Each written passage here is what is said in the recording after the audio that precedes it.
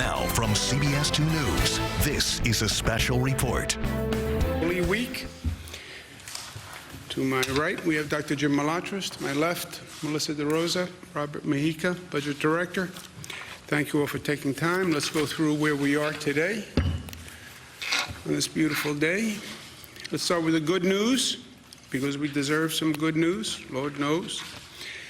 Change in total number of hospitalizations is down again. This is the number that we have been watching because the great fear for us was always overwhelming the hospital system, the capacity of the hospital system. And we've added capacity, we've moved equipment around, but the great fear was always overwhelming just the raw capacity of the hospital system, the number of beds. So the number of additional net beds was always important to track, and that's what we see here. The net beds is down to 53, which is the lowest number since we started doing these charts. So that is a good number. 3-day average, which is a little more accurate than the day-to-day, which tends to fluctuate, is also down, as you see. Total hospitalizations, 18,700. But you see the 18, 18, 18, 18. That's the so-called flattening of the curve. The apex isn't just an apex, it's a plateau. You see that line flattening, and that's what the experts were talking about, that it might have been a straight up and then rapid down, or it might be up to an apex and the apex becomes a plateau. That's what these numbers suggest. Change in ICU admissions ticked up. Again, the ICU admissions is a little questionable now because almost all the beds in a hospital have turned into an ICU bed. So how hospitals classify ICU admissions is a little dubious to me, but that's my personal 2 cents. 3-day average on ICU admissions, the same thing. Tick up in the intubations, which is not good news, but you see yesterday was great news. That may have been a blip in the overall. The intubations are very relevant because people come into the hospital, they get treated, hopefully they get discharged. If they don't get discharged, they stay in the hospital, they decline, they become intubated. If they become intubated, the longer you're on a ventilator, the less likely you will be to get off that ventilator. So that's the trajectory we see, right? And the intubations, most people who are intubated will not come off the ventilator. So that's a troubling number, the intubation number, which is real. But the 3-day intubation rate, again, is down relative to where we were. So all the numbers are basically saying the same thing. Number of discharges goes up because we had that high hospitalization rate. People stay for a week, 2 weeks, they get discharged. That's why the discharges are a function of the hospitalization rate. 3-day average of the discharges, you see, again, basically flat. So it's all reinforcing the same thing, a flattening of all these numbers. You're not seeing a great decline in the numbers, but you're seeing a flattening. And you're also seeing a recurrence of the terrible news, which is the number of lives lost, which is 758. Somebody asked the question once, can you ever get numb to seeing these numbers? Unfortunately, no. 758 people lost their lives in a 24-hour period. I speak to many families who are going through this, many people who lost loved ones. Everyone is a face and a name and a family that is suffering on this weekend, which for many people in this state and in this nation is a high religious holiday, which is already distorted because we have churches closed, we have temples closed.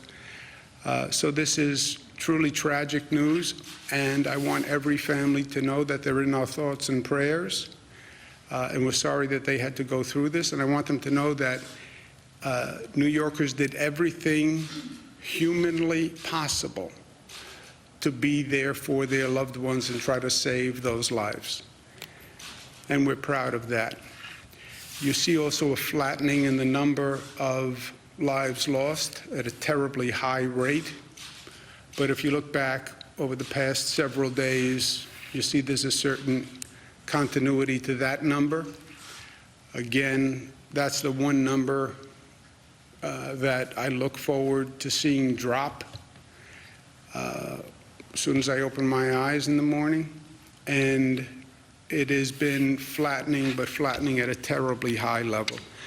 Again, to put it in context, 9,385 lives lost when you add those from yesterday. Put in the context of 9/11, which was supposed to be the tragedy of my lifetime, 2,753 lives lost. We're now at 9,385. Big question for everyone is, when do we reopen? People want to get on with their lives. People want to get out of the house. Cabin fever. We need the economy working. People need a paycheck. Life has to function. When do we reopen? When do we reopen? Look, the answer is we want to reopen as soon as possible.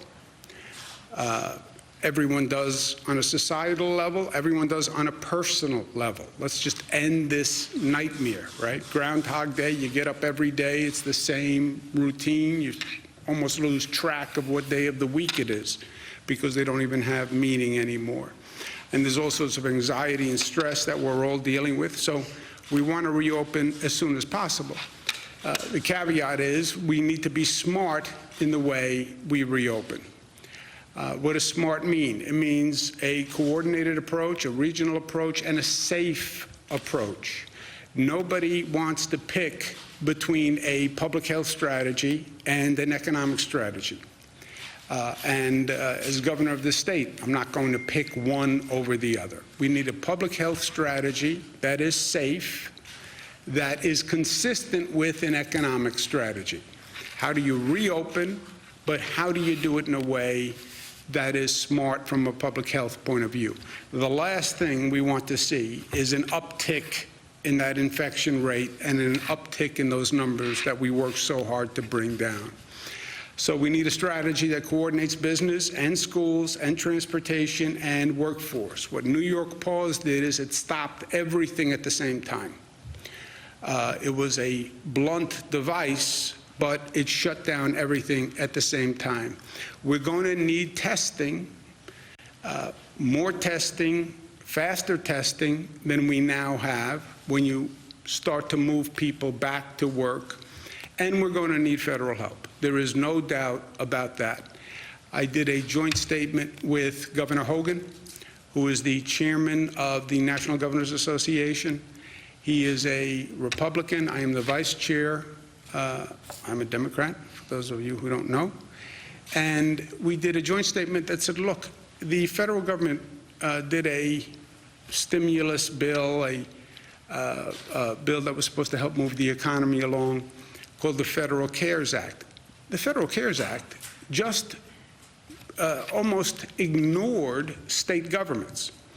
When you ignore a state government, you ignore our situation. We have a $10 to $15 billion deficit. We got a budget done, but our budget was basically contingent on what happens going forward.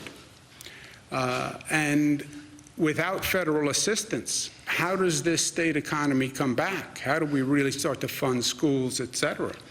And that's going to happen. That has to happen from a federal level. There is no level above a state government that can make a difference besides the federal government. And we did a statement on a bipartisan basis that said the federal government has to fix this in the next bill. And we called for $500 billion for funding for state governments. And again, we did that on a bipartisan basis. From New York's point of view, the past bills were like most federal passed bills. they went through the political process. And to get a bill passed in Washington, everyone has to get their piece of the pie to pass a bill. I understand politics. I understand it very well. That's not how they should be operating here. And you did an injustice to the places that actually had the need, which, from an American taxpayer point of view, that's what you were trying to correct. You were trying to correct the devastation of the virus. Well, then correct the devastation of the virus. Not everything has to be an opportunity for pork barrel, right? You look at where the money actually went.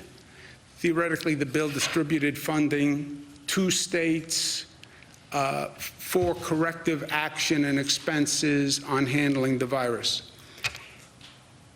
Kaiser Health, which is a very notable organization, said that Nebraska, Montana, for example, Minnesota, are getting approximately $300,000 per COVID-19 case. New York State gets approximately $12,000. How can that be? It can be because in the Senate, it became a game of political pork, and I want my share as opposed to where is the need genuinely. And New York is vital to this American economy. It's not just about New York. Our economy is vital to this country. You want New York's economy up and running, not just for the good of New York, but for the good of the nation. So that was the purpose of the legislation. It missed the mark. I hope they do it next time. A simple, easy way to help New York is right the wrong that the federal government did when it passed the SALT tax, state and local tax deductibility. That was just a political maneuver in the first place. You're trying to help places that are suffering from the virus? Repeal the SALT tax, which should have never been done, as I said, in the first place. We're going to work with our neighboring states because this is the tri-state area. It's a regional economy. I'm going to be speaking with Governor Murphy and Governor Lamont later today on coming up with a reopening plan that is a public health plan, safeguards public health, but also starts to move us towards economic activation. We'll also do an executive order today which directs employers to provide essential workers with a cloth or surgical face mask to their employees when they are interacting with the public. And they should provide those masks cost-free. New Jersey did a similar order, and I think Governor Murphy was right, and I want to do that here in the state of New York. We have to also expand testing. One of the ways we want to do that is by executive order. We're going to expand the number of people who are eligible to do the antibody test. We have state regulations that say who can actually do the antibody test. There are two tests. One is the diagnostic test. One is the antibody test. The antibody test tells you if the person had the virus and got over the virus. That would be a prime person who could go back to work because they theoretically have an immunity to the virus for a period of time. They're not sure what the period of time is. There aren't a tremendously large number of people with the antibodies, which is good news because we kept down the infection rate. But that is an important test, and we have to get that test to scale, and this executive order will help do that. Happy Easter for all those who are celebrating. Happy spring for those who aren't celebrating. Spring is my favorite season. What spring says to all of us is it's a time of rebirth. That no matter how cold the winter, no matter how barren the landscape got, the earth comes back to life. And it was flat, and it was barren, and it was closed down, and then it comes back to life. And for me, this spring especially, we have been closed down. We have locked the doors. We've isolated, we've hunkered down, we've closed down in a way we've never closed down before. You want to talk about a cold winter where the earth becomes barren. This has been a cold period from a societal point of view. And we've closed down in a way we've never closed down. But we will come back to life, and we will have a rebirth. And that's what spring is all about. And the rebirth is primarily about our people and about our spirit. They say the spirit lives. There have been a couple of moments through this that will stay with me for all time. And a couple of moments that were really dark periods. Looking at that number of deaths is a dark period. The phone calls with families are dark periods. The fear of the worst case scenario of those numbers going through the roof and overwhelming the hospital capacity was a dark period. Fears of seeing what happened in Italy and how their healthcare system got overwhelmed, and it could happen here. That was dark. A number of conversations I had with people who lost their father, their spouse, their brother, their sister out of the blue.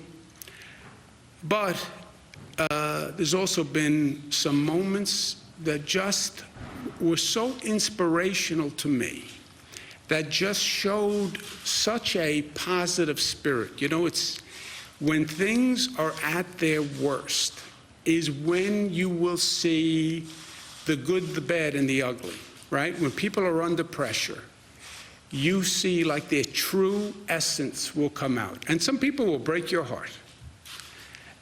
People who you expected to react differently will just break your heart and disappoint you. But then other people who you expected nothing from will show you a strength and a resilience that just is an inspiration. We were going through a period where we were afraid of the hospital capacity peaking, and we needed equipment, and we were focused on ventilators. Because ventilators for this disease, it's a respiratory disease, you need ventilators.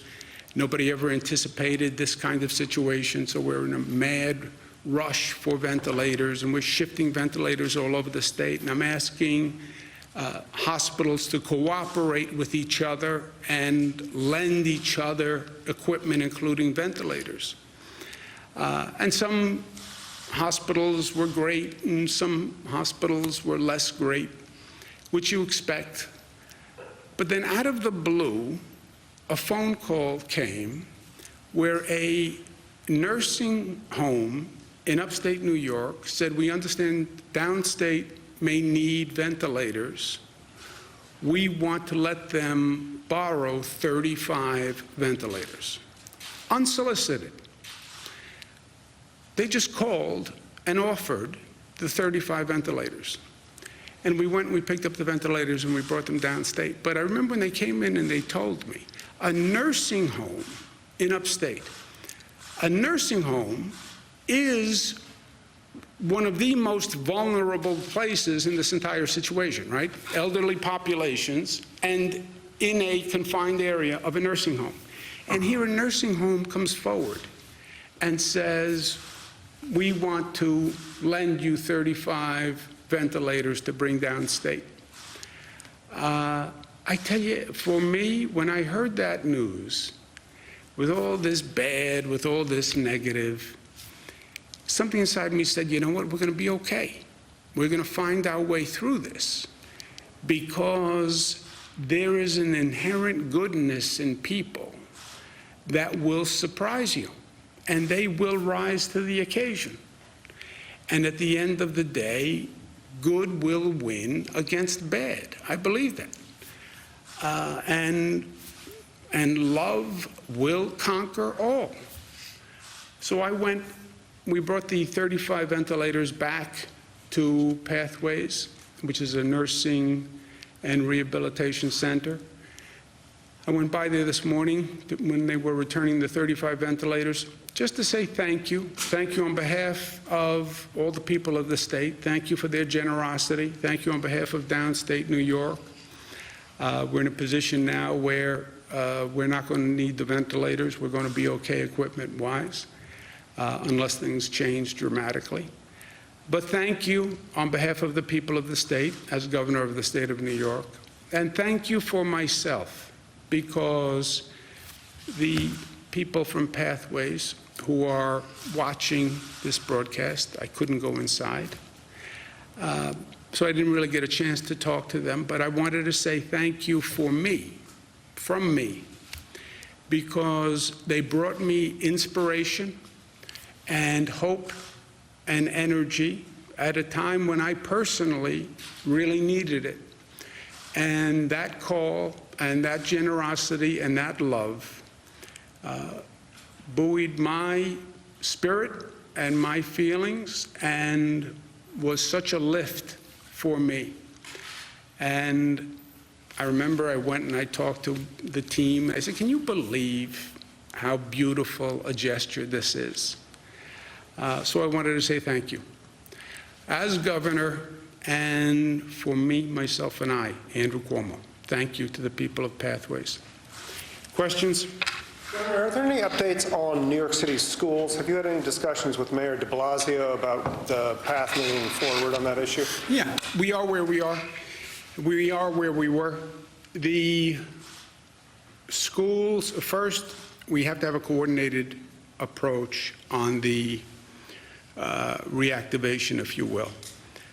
Schools, businesses, workforce, transportation, it all has to be coordinated. Number two, it all has to be coordinated regionally. We closed everything down in a coordinated fashion, and we did it regionally. We did it with New York, New Jersey, Connecticut, that tri-state area. That partnership is very important for our individual states and our collective states.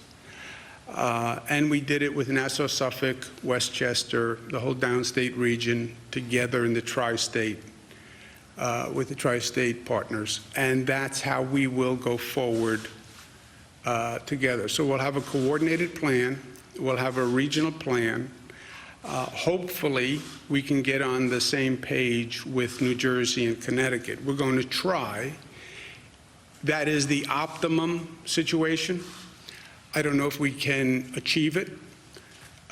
States are a little different demographically, little different places, but the optimum that we're still trying is a wholly coordinated approach. Part of that process, not only will I be working with Governor Murphy and Governor Lamont, New Jersey and Connecticut, respectively, I'll also work with Suffolk County and Nassau County and Westchester County and New York City, but we will do it in a coordinated regional approach. Just to extrapolate from that, are you suggesting that New York City schools could reopen this year? All the schools are closed. All the schools in the downstate and upstate area are closed. They will remain closed. We're not going to open any school until it is safe from a public health point of view. We won't open schools 1 minute sooner than they should be opened, but we won't open schools 1 minute later than they should be opened either. And that has to work in a coordinated plan with businesses. Am I, as I sit here, prepared to say what we'll be doing in June? No. I do not know what we will be doing in June. Nobody knows what we will be doing in June. As I said, I talked to the best experts around the globe on this, and the smartest ones all start by saying, I don't know. We have to watch and see and follow the science, follow the data, and see what happens. So I'm not prepared to say what we will do in June. Whatever plan we come up with will be driven by data and science. It will be coordinated to do all those functions at once, because you can't do one without the others. If you say the schools are closed through June, you're effectively saying businesses are closed through June, because you can't restart the economy fully without restarting schools. Schools are also provide not just education, but they're also in many ways childcare for people who can then go to work. So coordinate all of that, do it regionally, and June is a long way from now. We go day to day to watch those numbers, and we'll work with Jersey and Connecticut and our local governments in each state to come up with a coordinated plan. Realistically, does it make sense to open schools, even if it were June, just for a couple of weeks? Or do you think people can just kind of assume that school isn't happening until September? Well, I wouldn't assume anything, because, Karen, if you say schools aren't going to open, you're saying businesses aren't going to open. Now, is anyone prepared to sit here today and say businesses are not going to open through June? You know, June is a long way away. I've said from day one, all these predictions, we're going to open businesses in May, we're going to do this in May or this in June. I think that's all premature. I don't think anybody can make an informed decision right now. And look, every informed projection by experts, by the way, has not turned out correct, which is good news, right? Our policies and the social compliance actually changed all the projection models. And those were only 3-4 weeks ago. So, you know, June is a long, long way away. Governor, could you please speak to, it seems like there is a lot of confusion between the conflicting messages from the mayor and yourself over if schools could close. How do you plan on avoiding that type of public confusion when it comes to reopening the state? Look, we have remained remarkably consistent. I've worked hand in glove with the federal government, which has not always been the easiest relationship, right? And I work very, very hard to make sure that relationship works. That is a prime relationship for our state's response. I work with local governments all across the state. Sometimes it's less coordinated than we would like, but you know, that happens when you're dealing with a lot of local governments. But we have to work with New Jersey, Connecticut. Optimum, we come up with one plan for all 3 states. That would be great. If we can't come up with the exact same plan, similar plans, because we have a tri-state workforce, right? You have people who live in Westchester who work in Connecticut. You have people who live in Connecticut who work in New York City. You have people who live in New York City who work in New Jersey. This all works as one, or it doesn't work. Transportation works with economic development, works with housing, works with schools, or it doesn't work. You can't have one gear spinning if the other gears aren't spinning. That doesn't work. You can't have New York City work without Nassau, Suffolk, Westchester, Jersey, and Connecticut. About 1/3 of the workforce in New York City comes from outside of New York City or leaves New York City to go work in that area. So it's got to work for the whole region or it doesn't work. Certainly, but how will you respond to localities that might say, you know, we're going to shut down, we're going to be continue to shut down, maybe after the state would like them to be shut down? How would you respond to a locality who does that? How are you planning to manage that relationship? Well, look, I work cooperatively with all the local governments, and I hope Nassau, Suffolk, New York City, Westchester, New Jersey, Connecticut, that we can all get on the same page. That's the ideal. But at the end of the day, there's one page, right? There's one page and there's one plan. Hopefully, Suffolk agrees, Nassau agrees, Westchester agrees, New York City agrees, you know. But you do the best you can to come up with mutual agreement, but at the end of the day, you have one plan, and that's the plan you have to go with, right? Down on that, when you say there's one plan, one page, are you talking about your own plan there, Governor? No. Why don't we do this again for you? I know it's Sunday. New Jersey, Connecticut, New York. That's the trick to come up with one page. How do you get 3 states to agree on one plan? And it's hard. Coordination is, coordination's great, but it's difficult, and it requires compromise, but it's also the right way to do it. Look, for each of the 3 states, it's easiest for each state to say, you know what, I'm going to do my own thing. I'm Connecticut, I'm Governor Lamont, I'm going to do a Connecticut plan. Why do I have to coordinate with New Jersey and New York? For me, it's easier to say, I'm going to do one plan. I'm going to do a New York State plan. Why do I have to coordinate with Governor Murphy and Governor Lamont? They want this, they want this. We'd have to compromise, I'd have to work it out. Yeah, it's easier to do it alone, except it's better to do it together. And in this situation, we need to do the best product that we can do for the people. And that's where I start. The best product is to come up with a plan that New Jersey, Connecticut, and New York can all execute simultaneously, which is what we've done to date, right? We made very difficult decisions together, and we implemented them together because we were very aware of the interplay between these pieces. And our regional workforce. You take an action in New Jersey that's inconsistent with what I'm doing in New York, you put people in a very difficult position because they live in Jersey, they work in New York, or they live in New York and they work in Jersey. Coordinate. If I'm out there, I say coordinate. Governor Murphy, Governor Cuomo, Governor Lamont, I know it's a pain in the neck, but that's what I pay you for. So ideally, we all get on the same page. Yesterday, the New York City. You mentioned in your presentation about Happy Spring. There are 58 drive-in theaters in New York State. Is there any consideration, or what are your thoughts on drive-in theaters becoming an essential business, let's say, because people could sit in their car, they're not interacting, they get the movie piped into their car, even through the radio, I believe. So is there a way that people could at least get out and see movies through drive-in? Drive-in theaters. That is a good question. Why?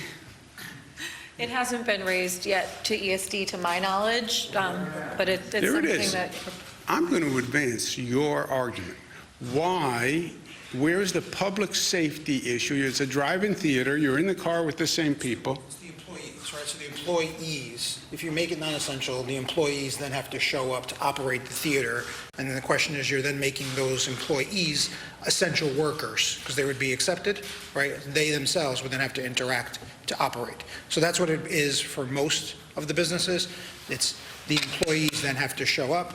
They would have to perform the service. They essentially are putting themselves at risk as part of it. And that's the discussion that we have each time there is an exception. Okay, the Drive-In Movie Association, there is one, believe it or not, wants to be considered. I'm going to argue your argument. I'm going to argue against Rob, but I'm going to argue Empire State Development is making these decisions, and they're all tricky decisions, by the way. You're trying to balance the need here, right? But I see your point. I'm going to talk to ESD about it. How would you characterize your working relationship with Bill de Blasio right now? Look, I understand the mayor's position. He represents New York City, and the position of, I think schools should be closed. That's not an unreasonable position. He doesn't have to worry about Nassau, Suffolk. He doesn't have to worry about New Jersey. He doesn't have to worry about Connecticut, but I do. Yesterday, the Do New you York have City a Health Department statewide said approach that. for the homeless problem as it relates to COVID-19? I ask because the Albany County Executive recently said, hey, you can't force homeless people into a shelter, but simultaneously there's a local government directive saying you guys have to enforce social distancing. I feel like it's not likely that a fine for a homeless person is going to be effective. I've worked with the homeless since I was in my 20s. You're right. A fine for the homeless is not going to be effective. You can't force a homeless person into a shelter unless there's endangering their own lives or endangering others. But leaving that aside, the shelters do have to operate under those guidelines, however. And whatever facility is operating by the local government has to adhere to those guidelines. Go, Giuseppe. The New York City Health Department yesterday said that they're running out of the swabs to do the COVID test. Have they been in contact with you, or does the state have a surplus or reserve Of the swab? testing swabs, I have not heard that. Have you We heard? haven't received that, but we'll check after today and see if they've gotten in touch with us. As part of the executive order, is the state going to be issuing masks for some public sector employers? Yes. You want to speak to that, Melissa? Yes, so what we're saying is you're an essential worker, you should be protected, you shouldn't have to go out and put yourself in unnecessary danger and continue the spread of the virus. And so we're putting it on the employers. So if you're a state employee and you're an essential servant who is interacting with the public in some capacity, yes, it's on the state to provide that mask. Are there any updates on the treatments, the hydro treatments with Zithromax? Has that shown any additional The positive? hydrochloroquine? Yeah, We have done, there is probably about 2,000 patients who are being treated with hydrochloroquine. I don't know if it's with the Zithromax or not, through hospitals. I believe there's actually a federal trial on it. But we were supplied the drug. We left it to the hospitals and the doctors because they have to do the administration of it. But I don't think there's any results yet to speak of. It's been about, I'd say, a week, 10 days, something like that, that patients have been getting it. I don't know what the period is where it would kick in, but I assume that we'll be getting data soon. And look, on the hydrochloroquine, two things. I, like the president, hope it works. I don't know if it works. I'm not a doctor. But everybody hopes something works, right? I think it would be unnatural not to hope that it works. We're 100% pushing every kind of drug therapy, every company, every research. Brookhaven Lab is open 7 days a week, 24 hours a day, with all sorts of research going on. We're praying for something to work. I don't have the data yet, though. you said there was some, The federal prison Sorry, bureau. excuse me 1 second. you said there was some anecdotal, About April 20th, we think we're going to have results. you said there was some anecdotal evidence, though, of positive Yeah. results. Yes. Is that continuing? It's anecdotal, so it's when I'm speaking to a hospital administrator, I'll ask them, or I'll have a group on the phone, I'll ask them, and they have said they've seen some positive results. I don't know what that means, Jesse, from a trial point of view, but people have said to me they've had positive results. I think we're going to get actual reports on April 20th. Yeah, we'll get some preliminary results back on April 20th. Federal Prison Bureau has, task force that hospitals are going to be coming off the crisis PPE rationing guidelines from your office? That's a very specific question. Has who been, say that New again? York State Nurses Association, Has NISNA? been told by the supply task force that hospitals are going to be given the directive to come off the PPE ration. Has NISNA been told by the supply task force that they're coming off the CDC crisis guidelines? So as all of you, PPE? as all of you have reported at various points, there's been something of a disconnect between the hospitals and the nurses on the front lines. The hospitals repeatedly say, we have what we need, or when they don't, they come to us, we make sure they get it from the stockpile, or New York City provides from their stockpile. Then we hear anecdotally from NISNA, Pat Kane, the nurses, that the people on the front lines are operating under the crisis conservation guidelines put out by the CDC, which is if you are running on a shortage and you don't anticipate you're necessarily going to have additional coming in, you wear masks for days at a time, you wear gowns for a full shift instead of changing between patients. And so earlier on, that was something that was very real because we had a shortage. At this point in the process, we have been relieved of that shortage and we've got what we believe that we should have, and the hospitals say that too. So as we hear anecdotal evidence from NISNA on specific hospitals, what we've now done is gone to them and say, we want you to report to us. Are you operating under the crisis conservation guidelines or are you operating under normal guidelines? And if it's the crisis conservation guidelines, why? Is it because you don't have the proper supply? Do you need us to help you backfill? Where are you ordering from to solve that? Because we want to make sure that the nurses on the front line have what they need to stay safe. Governor, the Federal Prison Bureau is identifying how... Very impressive answer. Which... Impressive question. Governor, the Federal Prison Bureau is reporting which facilities have how many coronavirus cases and the deaths at those facilities. Do you think the state prison system should do the same? I think it's a good idea. I don't know how practical it is, but I think it's a good idea. Governor, you've spoken about the second wave on this. There's a lot of concern in some rural areas, places like Genesee County, St. Lawrence County, that they're beginning to see cases, an uptick in places like that. What sort of efforts are you guys going to make to get out to those more remote spots where testing might not be as widespread and where cases might rise? Well, look, I think you're going to see, we watch very carefully movement of the virus. We were watching movement towards Long Island, which has abated somewhat. We're watching movement towards nursing homes. If you look at the number of deaths, you'll see movement, an increase in nursing homes, which in many ways was inevitable because that's always where the vulnerable population has been, and then they congregated, obviously, in one facility. So we watch the movement geographically or demographically. We have not seen a significant uptick. We see little clusters pop up, and then we jump on the clusters when they pop up, additional testing, resources, et cetera. When we talk about that surge and flex, you know, it works both ways. It was downstate. We're now stabilized on the imminent threat to the capacity of the healthcare system. So we have a little breathing room in terms of capacity and equipment, and wherever we see a pop-up, we jump on that immediately. I think you will see more growth in less populated places. The virus first hits in the most dense locations, right? Why New York City? It is one of the densest places in the country. Just in terms of concentration of people in a small area of space, right? Los Angeles, but Los Angeles is like half the population on like 1.5 times the geographic footprint. It's the density in New York City. Everybody going into the transportation system, walking down a block in New York City, you can't do that in social distance. It's practically impossible if everything was open. So that was the first wave, if you will.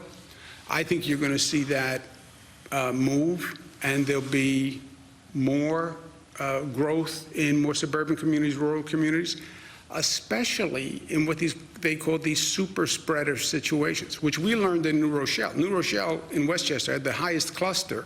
Why? It's in Westchester, it's a suburban community. You don't have that density that you have in urban areas. One person going to a gathering with 300 people. That's why the gatherings, canceling St. Patrick's Day, which I took a lot of grief on, was so right in retrospect. One gathering, I mean, a lot of people can get infected. And that can happen in any suburban community, any rural community. So whenever we see it, we will be there. We will be there. Thanks, guys. Talk about the tri-state area. Why do you leave out Rockland and Orange County since they border New Jersey? And why only New Jersey and Connecticut? Why not Pennsylvania, Ohio, Massachusetts, Vermont, and Rhode Island? Not that ambitious. That's too many pieces to coordinate for me. That's too many pieces of the puzzle. It's not the, when I talk tri-state area, what we did on the close down was the entirety of the state of New York, the entirety of the state of Connecticut, the entirety of the state of New Jersey. We are also going to work with Pennsylvania. Pennsylvania was very involved in us with a marijuana regional pact.